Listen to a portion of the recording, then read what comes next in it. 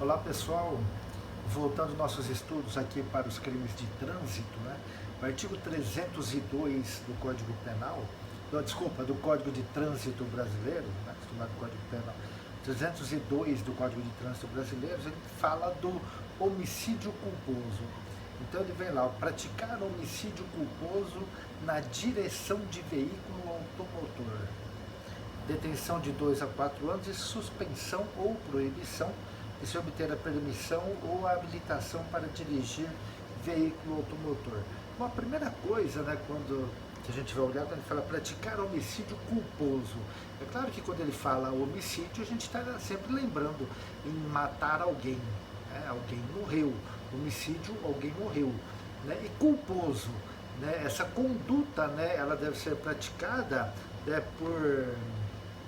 né, seguindo os elementos da forma culposa, né, ou as características da forma culposa, ele deve ser praticado por imprudência, negligência ou imperícia. Então, praticar o homicídio por negligência, imprudência ou imperícia na direção de veículo automotor. Bom, quando a gente fala em veículo automotor, a gente tem que buscar o conceito do que seja veículo automotor. E o próprio Código de Trânsito, ele traz no seu anexo 1 lá, os conceitos e definições, o conceito de veículo automotor. Então ele diz lá, todo veículo a motor de propulsão que circule por seus próprios meios e que serve normalmente para o transporte viário de pessoas e coisas ou para a atração viária de veículos utilizados para o transporte de pessoas e coisas. O termo compreende os veículos conectados a uma linha elétrica e que não circulam sobre trilhos, né, como é o caso do ônibus elétrico. O legislador, né, inseriu nesse conceito para evitar outras discussões, né. Então ele fala assim, ó, propulsão que circule pelos seus próprios meios, né, que serve normalmente para o transporte viário de pessoas ou de coisas, né, pessoas ou cargas, né, ou tração, né, ou aquele que reboca, né, puxa, né, arrasta veículos utilizados para o transporte de pessoas e coisas, né. Quando ele fala assim, ó, veículo a motor de propulsão, né, ou seja, ele tem um motor que ele faz com que o veículo ande. Isso significa dizer que o veículo de propulsão humana, como é a bicicleta, ele não se enquadra nesse termo aqui. Embora o Código de Trânsito o considere como veículo para fins de movimentação viária, ele não se enquadra como veículo automotor, que é o que interessa para o crime. O mesmo se diga também do veículo de propulsão animal, né, como é o caso das charretes e das carroças, né, eles não se enquadram aqui nesse tipo. Então, o sujeito praticou um homicídio culposo na condução de uma bicicleta, né, acabou atropelando uma pessoa, essa pessoa morreu, ele vai responder lá pelo 121, parágrafo 3º, lá pelo Código Penal, ele não responde aqui pelo Código de Trânsito. O mesmo acontece, né, se ele ocasionar a morte de alguém de forma culposa na condução de um veículo de propulsão animal, né, na condução de uma charrete ou de uma carroça. Ele não vai se aplicar o artigo 302, né, e sim lá o 121, parágrafo 3º do Código Penal. Quando ele fala que praticar homicídio culposo, né, ele é bem singelo, né, o tipo, né, embora exija que nós busquemos a sua definição, ele é bem singelo. Nós temos o informativo 553 do STJ, que ele vem, de certa forma, né, exigindo aquilo que o artigo 41 do CPP já fala, né, da descrição do fato criminoso com todas as suas circunstâncias. Ele diz, esse informativo diz o seguinte, que há necessidade de a denúncia descrever de forma clara e precisa a conduta do agente, onde é que está a culpa dele. Na verdade, nem precisaria disso, né, se a gente interpretar o artigo 41 lá. De qualquer forma, né, é uma força a mais, né, em prol da ampla defesa e do contraditório. Há uma discussão muito grande, né, discussão não, né, a gente sempre ouve falar, é o problema do dolo eventual.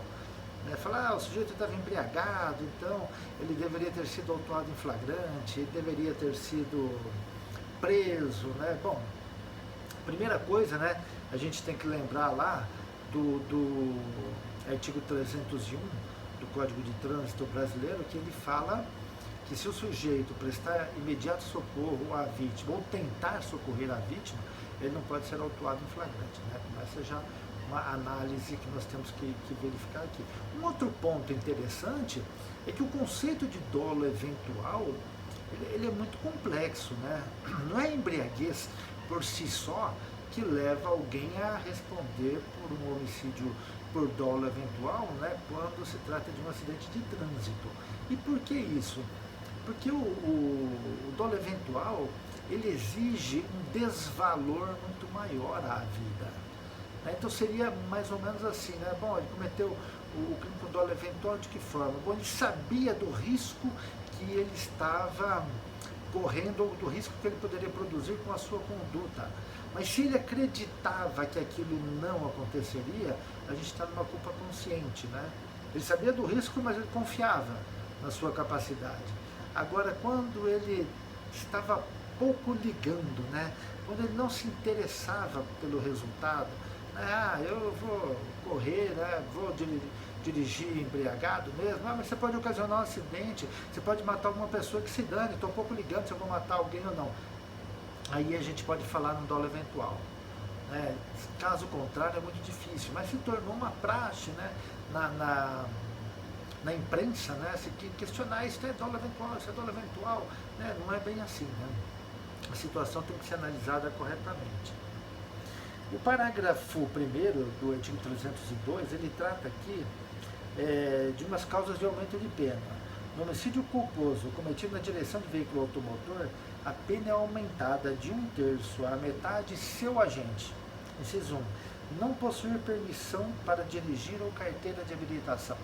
O que pensou o legislador, né, quando ele criou essa causa de aumento de pena? Se o sujeito não tem habilitação, não tem permissão para dirigir, significa que ele não está apto à direção. E se a gente pensar bem, né, na verdade, dirigir não é apenas dar partida no carro e sair, né? A gente tem situações em que a gente tem que estar apto para reagir, né? E o que a gente chama lá de direção defensiva, né? Você tem que dirigir para você, dirigir para outro. Então, se acredita, ou o legislador acreditou, que aquele que possui habilitação, né, aquele que possui permissão para dirigir, ele tem essa capacidade. Aquele que não tem a permissão ou a habilitação, ele não tem essa aptidão, né, essa perícia toda para poder dirigir, e em o fazendo, estará realmente arriscando muito mais. Não que isso seja uma verdade, né, mas é o que pensou o legislador. E bem interessante aqui o seguinte, né? Ele está falando aqui na falta, na não possuir permissão ou carteira de habilitação. Se estiver vencida a carteira de habilitação, não se aplica essa causa de aumento de pena, o princípio da taxatividade. Praticado em faixa de pedestre ou na calçada. Se, por exemplo, um atropelamento ocorre na faixa de pedestre ou na calçada, o que a gente tem que lembrar? Que a calçada e a faixa de pedestre são locais do pedestre, né? E levando em consideração aquele princípio de que o maior deve proteger o menor, é a obrigação do motorista proteger o pedestre. Por isso que o pedestre, iniciando a travessia, é a obrigação do motorista parar o seu veículo para que ele complete a sua travessia. É a obrigação do condutor de veículo, né, tomar todas as precauções para não subir na calçada e atropelar alguém. Ou se tiver que subir, por exemplo, para entrar numa garagem ou no estacionamento, é necessário que o faça com todo o cuidado possível, porque ali não é lugar do automóvel, ali é lugar do pedestre. Inciso 3º. Deixar de prestar socorro quando possível fazê-lo sem risco pessoal à vítima do acidente. A omissão de socorro é um dos motivos também de aumento de pena. Agora vejam bem, essa omissão de socorro aqui, ela é obrigação de quem ocasionou o acidente. Essa omissão de socorro, ela é direcionada ao causador do acidente, aquele que deu causa ao homicídio culposo. E é claro que quando a gente fala aqui da omissão de socorro, né, e ele é bem claro, né, quando possível fazê-lo. Se você não tem condição de socorrer, não vai se exigir. Às vezes você está precisando de socorro, né? Ou então, sem risco, se possível fazê-lo sem risco pessoal. É aquele caso que a gente sempre vê lá, estão querendo linchar o motorista. Então não tem como ele ficar para prestar o socorro, ele tem que correr porque é um risco pessoal muito grande. Um outro detalhe interessante, né? E se a vítima já estiver morta? É claro que o objetivo do legislador aqui foi exigir que se preste socorro, né, pensando em salvar a vida, pensando em que não se chegue ao homicídio, né, que a gente fique numa lesão corporal. Né, o objetivo do legislador foi esse. Mas, é claro, se a pessoa já estava morta, não há como você agravar uma pena, sendo que o resultado jamais seria possível acontecer. O sujeito foi atropelado, a cabeça foi para um lado, o corpo foi para o outro, né, não há o que se socorrer ali. No exercício de sua profissão ou atividade, estiver conduzindo veículo de transporte de passageiros. Vejam bem que ele não exige aqui que o veículo de transporte de passageiros ele esteja com passageiros. Basta que ele esteja conduzindo esse veículo de transporte de passageiros. Esse dispositivo aqui somente se aplica ao motorista profissional, ele não se aplica a um outro motorista que esteja ali conduzindo o veículo. E em razão disso, por que a razão desse dispositivo? Porque o motorista que conduz um veículo de transporte de passageiros, ele tem que ter um cuidado redobrado, seja com os pedestres, seja com os demais veículos, seja com aqueles que estão dentro do seu veículo. O cuidado dele é redobrado. Ele tem um treinamento, um preparo especial que outros motoristas não têm. Dessa forma, há necessidade, né? Ele é apenado de forma um pouquinho maior, em razão do seu descuido não ser levado em consideração, assim como de outros que têm menos conhecimento técnico para aquele tipo de atividade. O parágrafo 3º. Se o agente conduz veículo automotor sob a influência de álcool ou qualquer outra substância psicoativa que determine dependência. Olha só, esse dispositivo foi inserido há pouco tempo, 2017. Se o agente conduz veículo automotor sob a influência de álcool ou de qualquer outra substância psicoativa ou que determine dependência, ou seja, pratica o homicídio culposo nessas circunstâncias, a pena é de reclusão de 5 a 8 anos e suspensão e proibição de direito de se obter a sua permissão ou habilitação. Veja que de 2 a 4 há a possibilidade aqui de pena restritiva de direitos, né? Aqui de 5 a 8 já não há. 5 a 8 a gente já vai estar lá num regime semiaberto.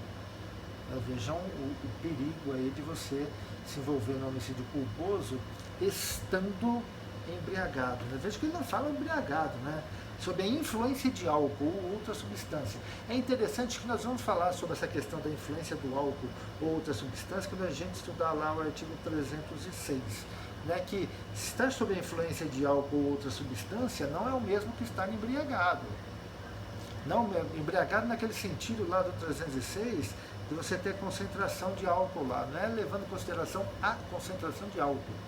Né? Eu posso estar com uma concentração de álcool menor, mas eu estou conduzindo o veículo sob o efeito daquela substância.